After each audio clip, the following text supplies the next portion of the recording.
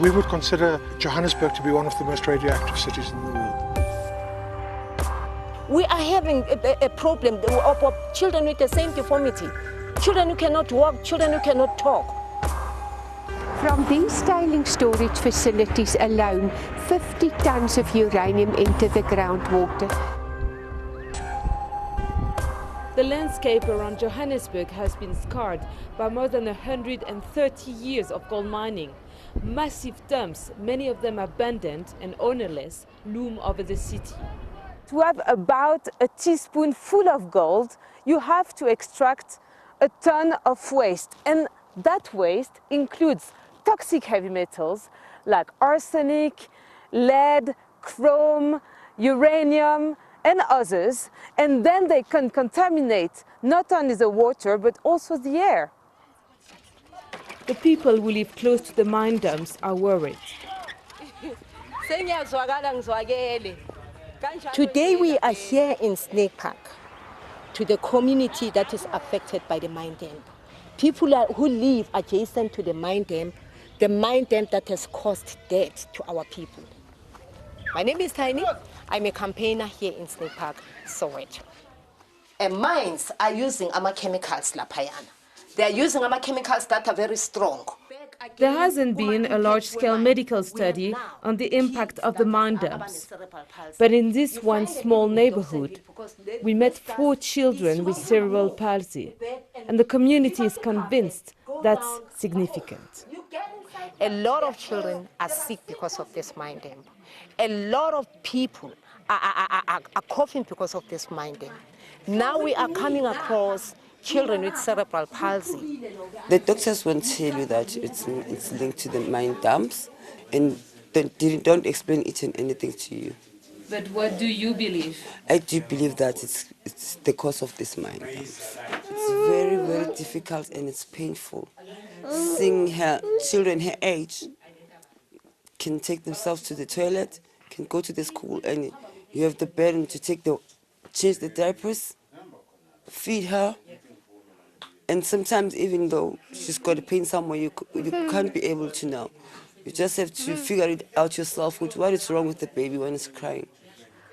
This is a dump right next to where Tiny and the other families are living.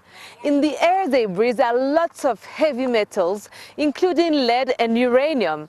So how radioactive is this place? We are looking at the Geiger counter now, and we've gone up to 12.24. Now we are completely in the red zone. That's 5 times more than the legal limit for exposure per year for someone working in a nuclear facility in the UK. What we are doing now, is it dangerous for us? The community here is exposed 24 hours out of 24 hours. For us, we come here maybe once a week. If I ingest a single grain of dust and it decides to impact on my DNA codes, or I can get bone cancer, or I can get colon cancer and so on from it. There's a variety of illnesses that you can get from the lead, from the arsenic, from the uranium, from the cadmium, from the copper and so on that is in there. What is the recourse of this community here when they do become ill as a result of this particular dump?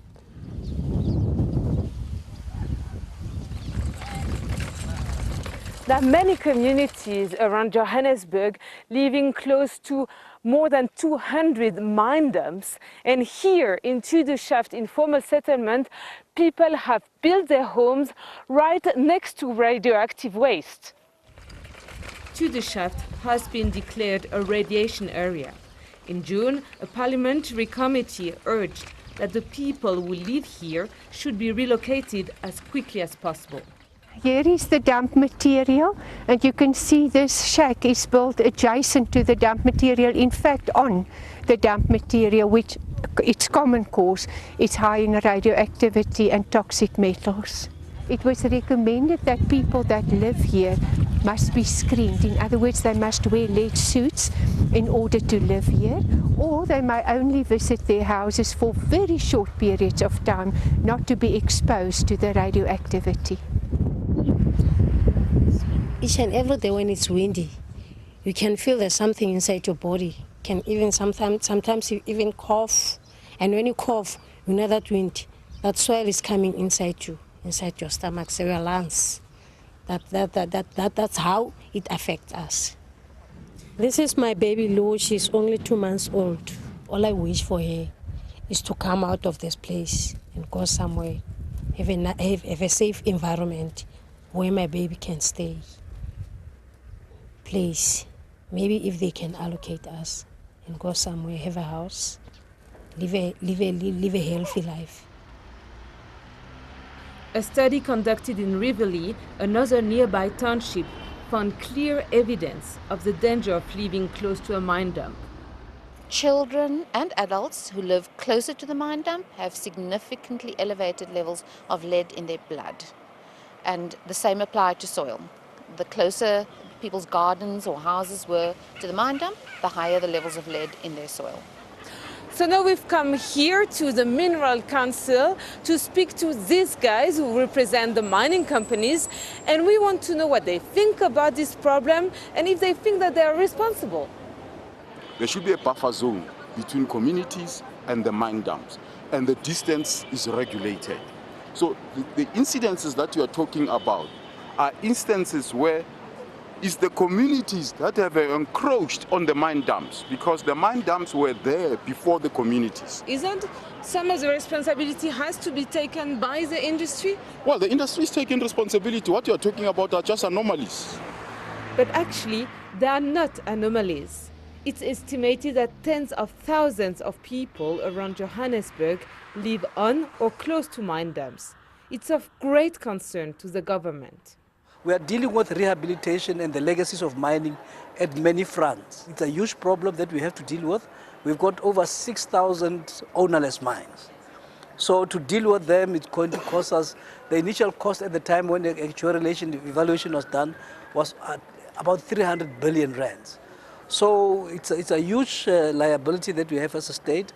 We don't have enough resources to do everything.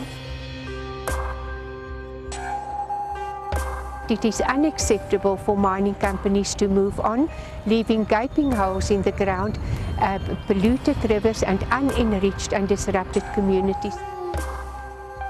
They must find whoever that's owned those mines to come and compensate whomsoever that's it. The mine has damaged their life. All I want is my people to see my people healthy. All I want is to see my people protected from the dam.